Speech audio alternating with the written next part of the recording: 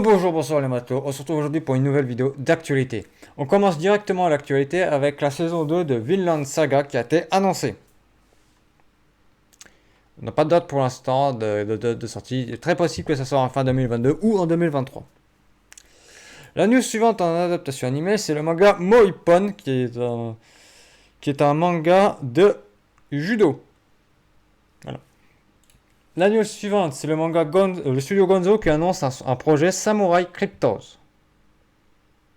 Ah, et le président du studio, Shinjiro Ishikawa, a annoncé que c'est une nouvelle ère pour l'ère de l'animation au sein des NTF, avec des samouraïs japonais. Ah, je sais pas c'est quoi son délire, mais bon. Bref. La news suivante, c'est le manga Love of Kill qui sortira en 2022. Pour l'instant, pas plus de dates, on sait juste que c'est en date. C'est prévu pour 2022. Toujours dans les animés, l'anime Springan, qui sera sur Netflix, a annoncé 2022 comme date de sortie.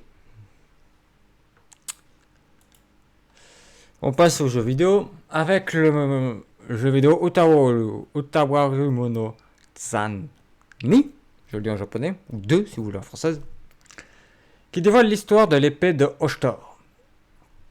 Voilà. On rappelle que le doubleur de Haku, Kentaro Tone, est décédé en 2020. Et c'est Keiji Fujiwara qui le remplace. Mais Tone et Fujiwara seront tous deux crédités pour le rôle. News suivante, c'est Select Gaitsuki Spirit Chronicle qui a lancé une campagne de fonds participatifs. Leur objectif est de récupérer et récolter 5 millions de yens.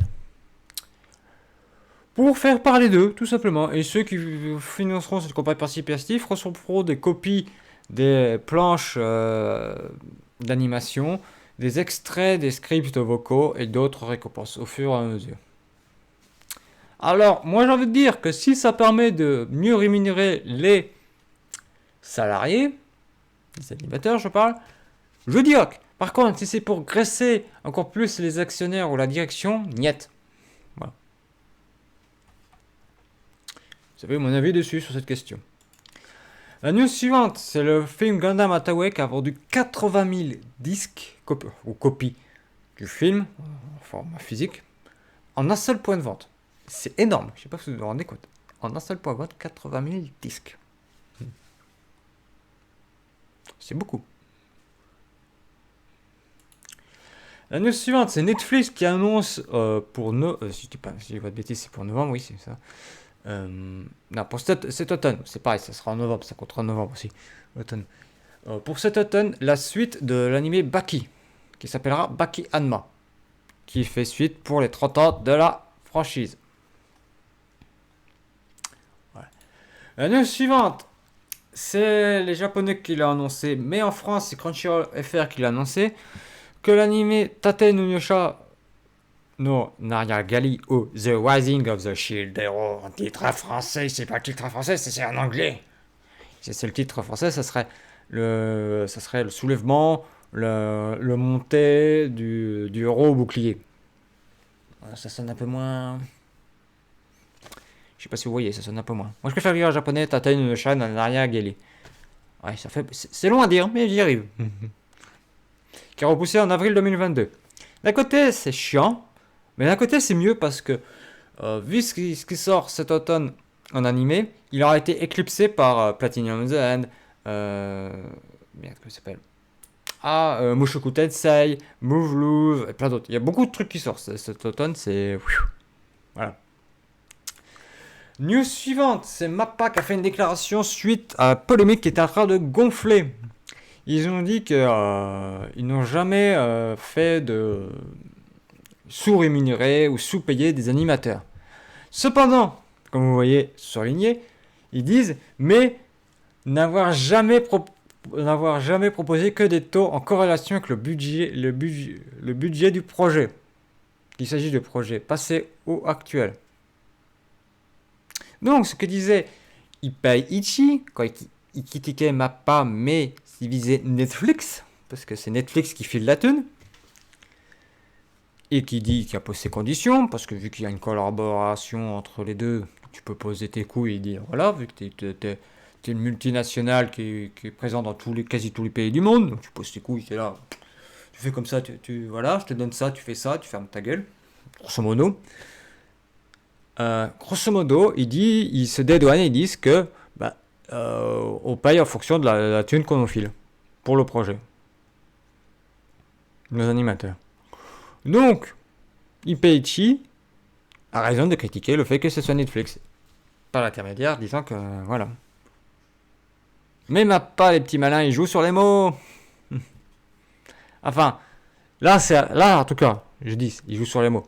Mais attention, le japonais est une langue de contexte. Là, c'est une traduction française. C'est un article fait en français. Donc il faudrait lire la déclaration en japonais pour avoir confirmation de ce que je dis, ou confirmer les propos d'Ipeichi que Mappa joue sur les mots. Pour en être sûr. Parce que là, c'est une adaptation française. Là, comme ça, oui, on peut dire que oui, il joue sur les mots. Voilà, j'ai quand même mis le doigt dans mon huile quand même. La news suivante, c'est Kurokawa qui a annoncé pour le 6ème tome de Spy X Family une édition collector avec une plaque en métal collector ainsi qu'une couverture classique et une couverture exclusive de Spy X Family. Prévue pour le 10 novembre en librairie. La news suivante, c'est le manga Witchcraft Works qui est disponible aux éditions Kana et qui était, quand il est sorti, il était disponible sur la plateforme ADN. Je ne sais plus s'il y est encore, donc il faudra que vous me confirmiez ça. Qui va se terminer avec son 17e tome. C'est un manga qui a commencé. Je ne sais plus quand il a commencé. Voilà. Ils disent en mars 2010. Donc il va se conclure avec son 17e tome, c'est-à-dire cette année. Grosso modo, il aura fait 11 ans. C'est pas mal, hein, 11 ans. Il a su s'arrêter, il n'a pas exagéré. Mais je trouve quand même que 11 ans, c'est beaucoup. Mais après, ça, c'est un avis personnel.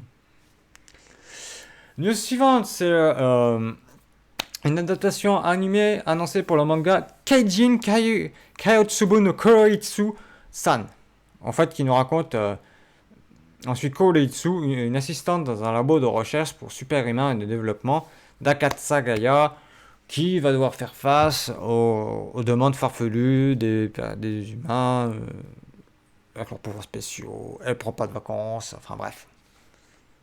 Qui a débuté sur le site Comic Meteor en avril 2019.